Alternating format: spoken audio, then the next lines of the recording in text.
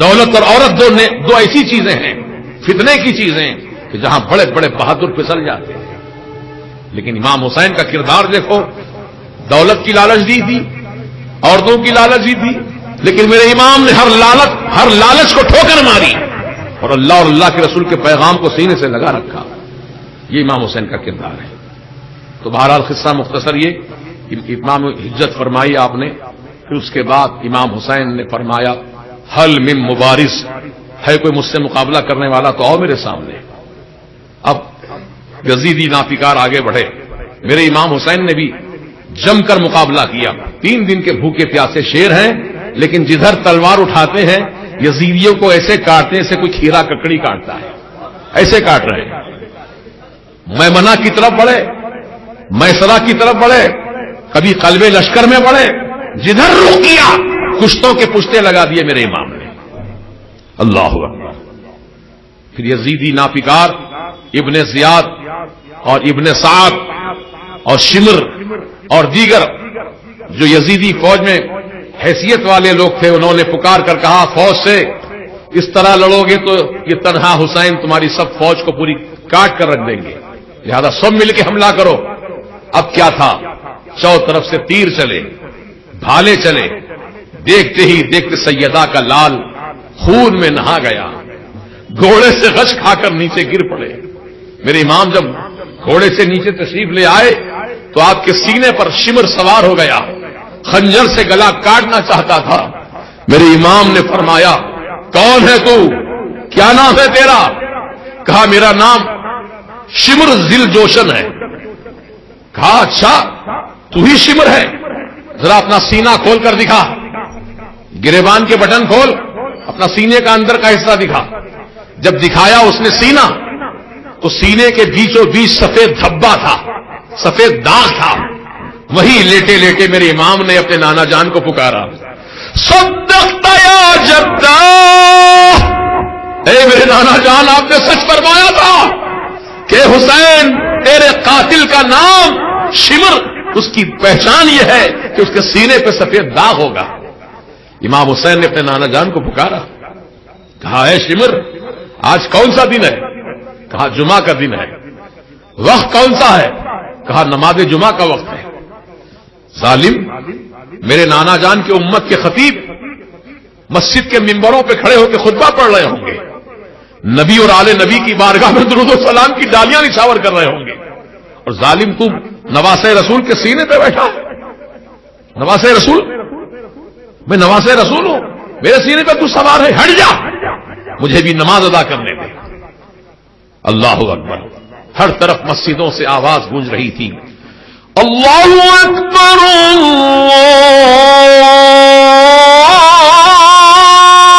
اللہ اکبر اللہ اکبر. اللہ بہت بڑا ہے، نہ یزید بڑا ہے، نہ کوئی ظالم بڑا ہے، نہ کوئی پہلوان بڑا ہے، نہ کوئی پیسے والا بڑا ہے، نہ کوئی علم والا بڑا ہے. بڑا ہے تو اللہ بڑا ہے. اللہ اکبر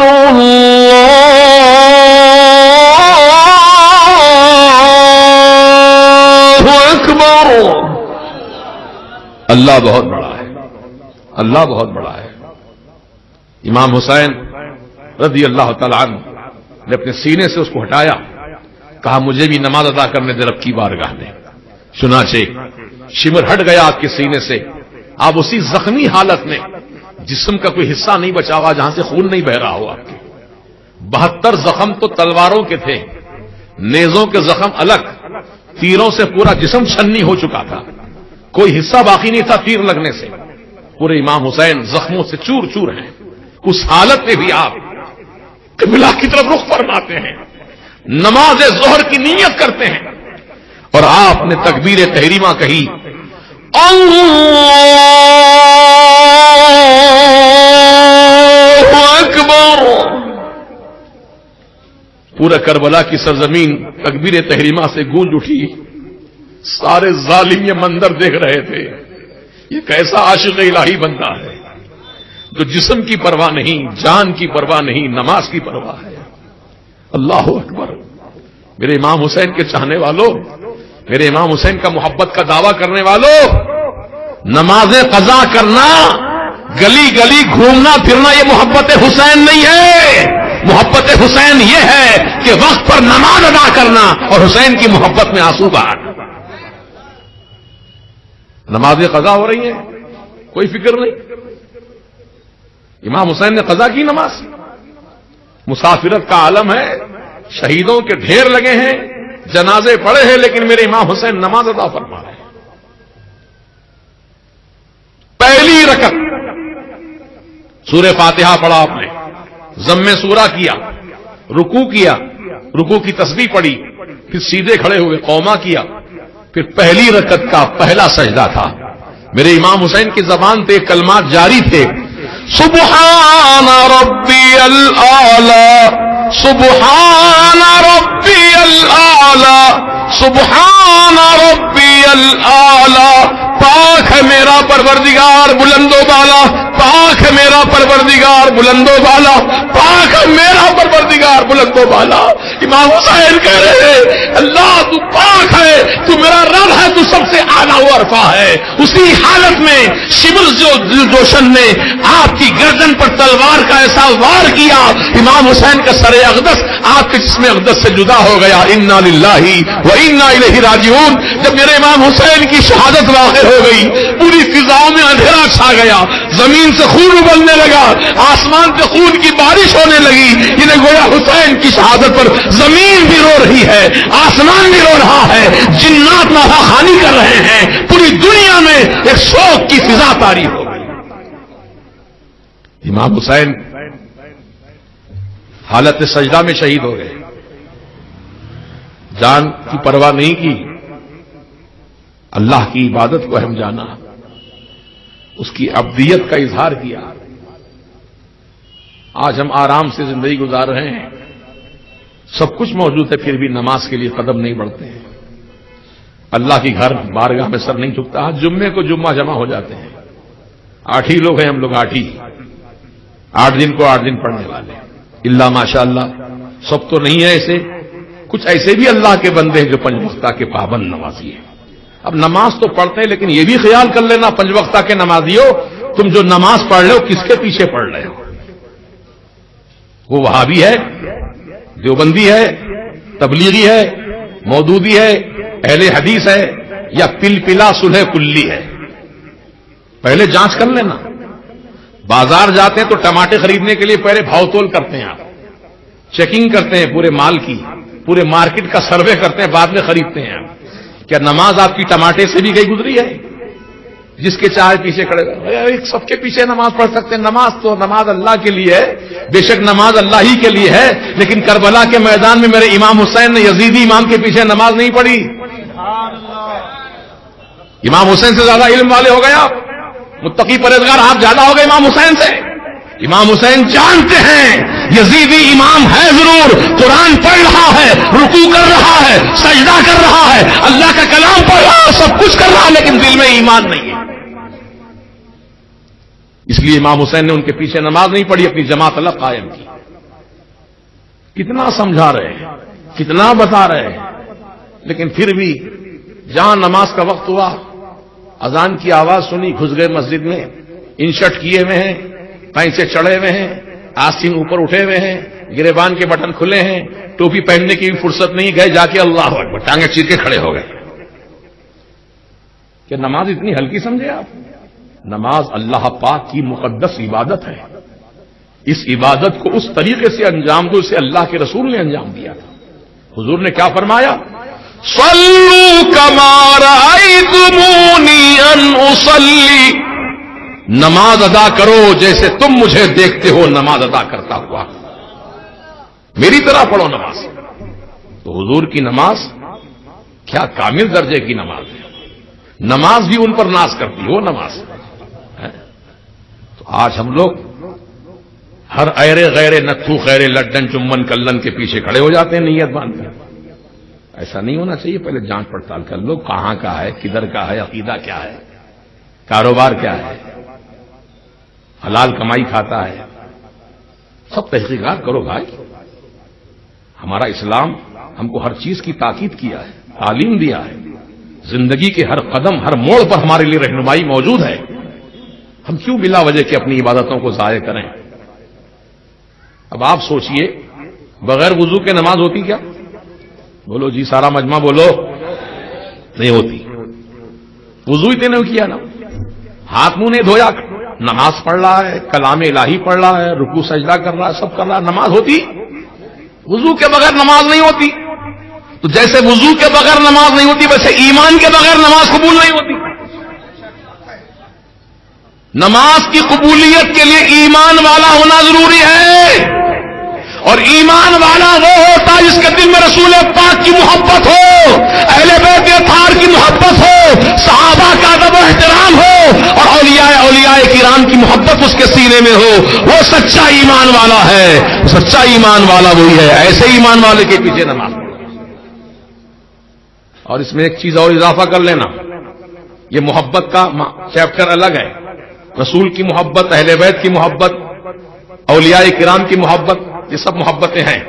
لیکن دشمن رسول سے، گستاخان رسول سے بھی دوستی کا ہاتھ ملاتا ہے، اس کے ساتھ بیٹھ کے چائے نوشی کرتا ہے، اس کی دعوتوں میں شریک ہوتا ہے، تو ایسا دعوے دار محبت کا جو ہے وہ جھوٹا ہے. جھوٹا ہے. میں کہتا ہوں آپ سے ایک مثال دے کر، ہمارے خاندان کی کسی بزرگ کو کوئی آدمی گالی دے دے تو آپ اس کو کیا سمجھیں گے؟ اچھا آدمی، پیار کے قابل، دعوت دیے جانے کے قابل، سلام کے قابل نہیں نا. ہمارے بزرگ کی شان میں توہین کیا ہے، کم وقت چہرہ دیکھتے ہی آپ کا چہرہ لال ہو جائے گا. غصے سے آپ اتنے بے قابو ہو جائیں گے کہ اس کے طرف دیکھنا بھی گوارا نہیں کریں گے.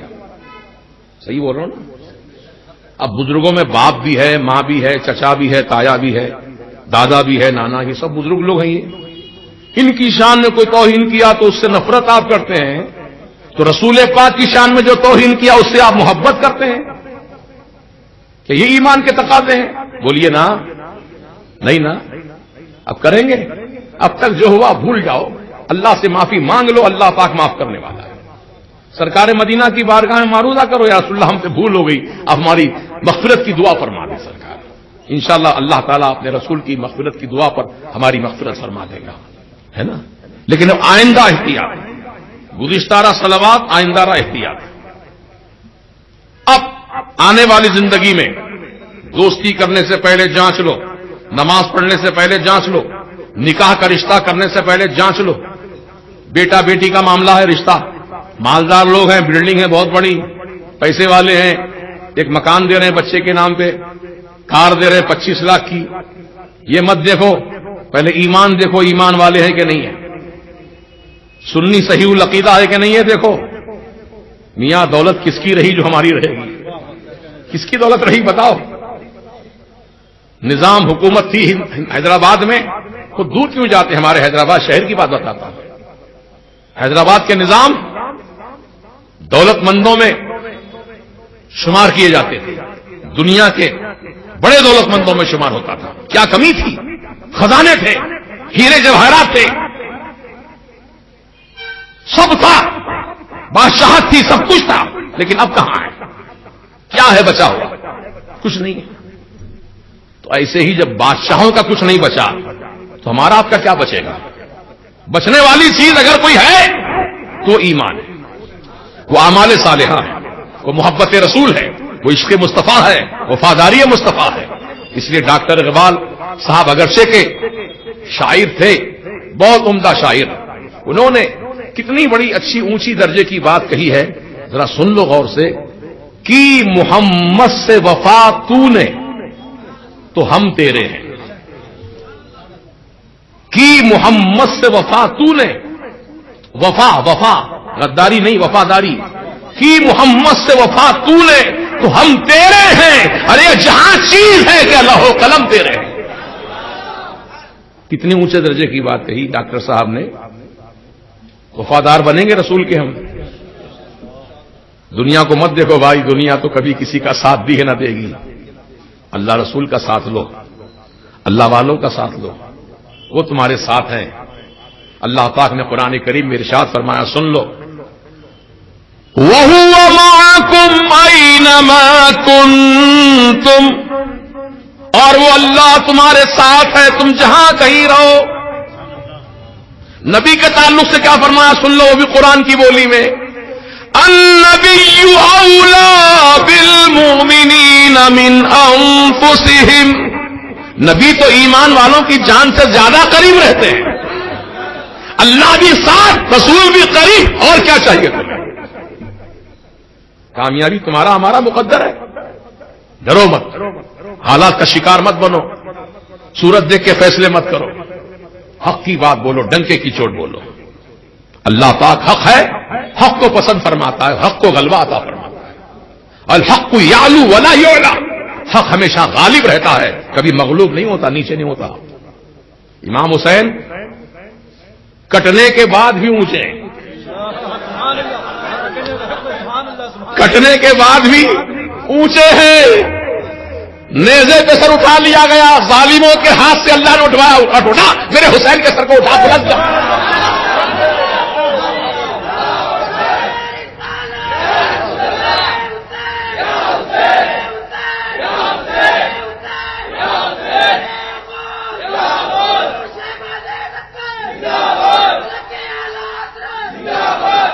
قتل حسین اصل میں مرگ یزید ہے، اسلام زندہ ہوتا ہے ہر کربلا کے بعد.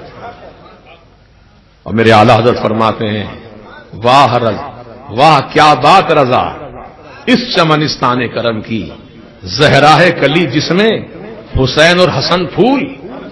کیا چمن ہے مصطفیٰ پیارے کا، سبحان اللہ.